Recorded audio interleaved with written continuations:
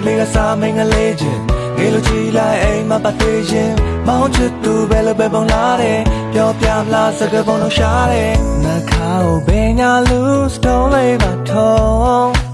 ဗမာယံပုံလေးနဲ့လိုက်ပါတယ်ဒီစံကွာမြင်သူငယ်ချောလာပါတယ်မောင်ချစ်သူဗမာမလေးရဲ့ချစ်ဘဝမှာပုံတော်မနာတန်းလို့ရောင်လေချစ်တလန်တမကထိုက်တယ်ဒီစံကွာမြင်သူငယ်ချောလာပါတယ်မောင်ချစ်သူဗမာမလေးရဲ့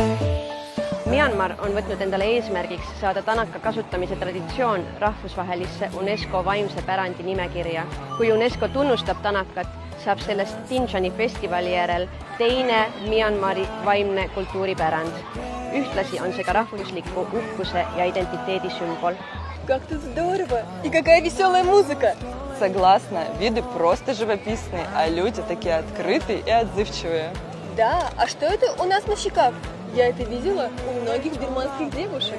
Это танака, уникальный продукт Мьянмы, имеет очень полезные свойства, приятную текстуру и свежий эффект.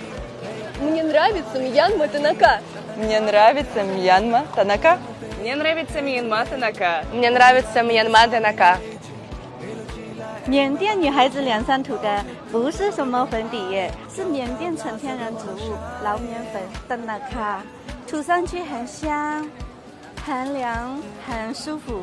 我自己也喜欢涂老棉粉哦，没有任何添加剂的老棉粉 ，UNESCO 应该认可哦。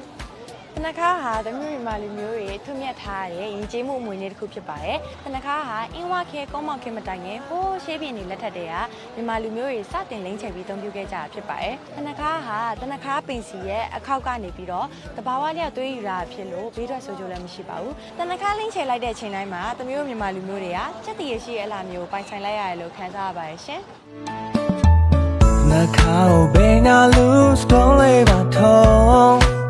ဗမာယံပုံလေးနဲ့လိုက်ပါတယ်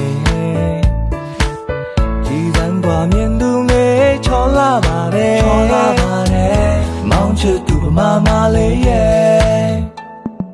မြို့ပြင်မှာအလုံးရှင်လေးခံလေးပါလေ